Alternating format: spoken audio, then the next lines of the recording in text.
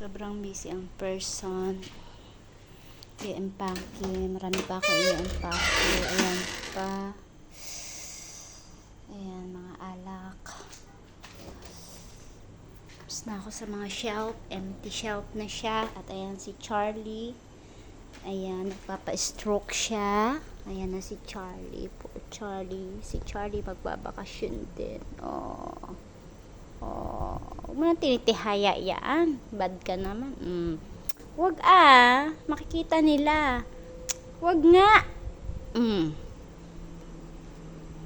Yan. Dami pang i-empake. Yan, na-empty ko na to guys. Alis na kami dito. Lilipat kami dun sa kabila. Nakita niyo ba yung building na yon? Dun naman kami lilipat. Ayan si Charlie. Yan, wala sila. Tinignan nila yung bahay. Ako ay ang dami ng bahay namin, as in nilipat nga kasi kami.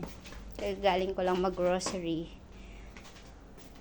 Takay papasok na kay CME Dasok. Hinabol ko yung kanyang live. Baka malate ako sa live. Yan, makalat ang bahay namin. Mag-unpack muna ako ng grocery guys. Bye bye. Pagod much.